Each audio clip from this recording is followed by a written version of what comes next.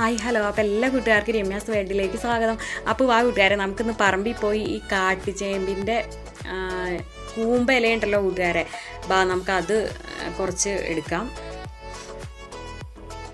ഇത് ചിലയിടങ്ങളിൽ മടന്താന്നൊക്കെ പറയാം. അപ്പോൾ ഇതുകൊണ്ടൊരു അടിപൊളി കറിയാണ് കേട്ടോ കൂട്ടുകാരെ ഉണ്ടാക്കണം. എൻ്റെ ഫേവറേറ്റ് കറിയാണ് കേട്ടോ ഇത്. കുടപ്പുളിയൊക്കെ ഇട്ട് വെക്കണം സൂപ്പർ കറി. അപ്പോൾ ഇതാ നമുക്ക് ഇഷ്ടം പോലെ മടന്ത കിട്ടിയാണ് കേട്ടോ കൂട്ടുകാരെ. അപ്പോൾ ഇനി ഇത് നമുക്ക് ഈ കൂമ്പ ഇല ഉണ്ടല്ലോ അതൊരു രണ്ടായിട്ട് നമ്മൾ കീറി എടുത്തിട്ട് അതിങ്ങനെ തിരിച്ച് പിടിച്ചിട്ട് കണ്ട അതിൻ്റെ പുറകുവശത്തുള്ള ആ ഞരമ്പ് ഒന്ന് പയ്യെ എങ്ങനെയൊന്ന് വലിച്ചാൽ തന്നെ കിട്ടും നമുക്കത്.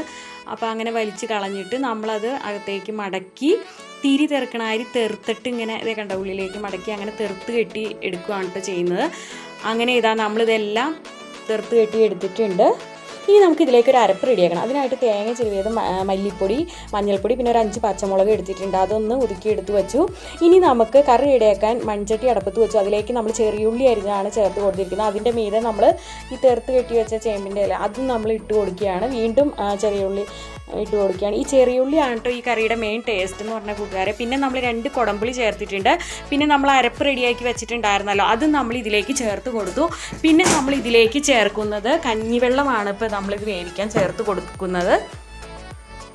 അതാണ്. അപ്പോൾ ഒട്ടും ചൊറിയൊന്നുമില്ല കേട്ടോ. പിന്നെ നമ്മൾ ആവശ്യത്തിന് ഉപ്പും ചേർത്ത് കൊടുത്തു. ഇനി ജസ്റ്റ് ഒന്ന് മിക്സ് ചെയ്യുക, ഒത്തിരി അങ്ങോട്ട് ഇളക്കേണ്ട ആവശ്യമില്ല. എന്നിട്ട് നമുക്കിത് അടച്ച് വെച്ച് വേവിക്കാം കേട്ടോ.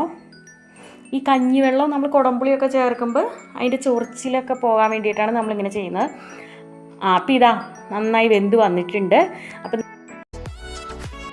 ലാസ്റ്റ് നമ്മൾ ഇതിലേക്ക് സ്വല്പം പച്ച വെളിച്ചെണ്ണ ഒഴിച്ച് കൊടുക്കുക. അപ്പോൾ ഇത്രേ ഉള്ളൂ നമ്മുടെ സൂപ്പർ ടേസ്റ്റി കറി റെഡിയാണ്. അപ്പോൾ ഈ കർക്കിടകത്തിൽ ഉറപ്പായിട്ടും കൂട്ടുകാരെ ഇത് ട്രൈ ചെയ്യണം കേട്ടോ കൂട്ടുകാരെ. അപ്പോൾ ഇനി അടുത്ത വീഡിയോ കാണാം കേട്ടോ കൂട്ടുകാരെ. Thanks for watching. Okay, Tata, bye bye.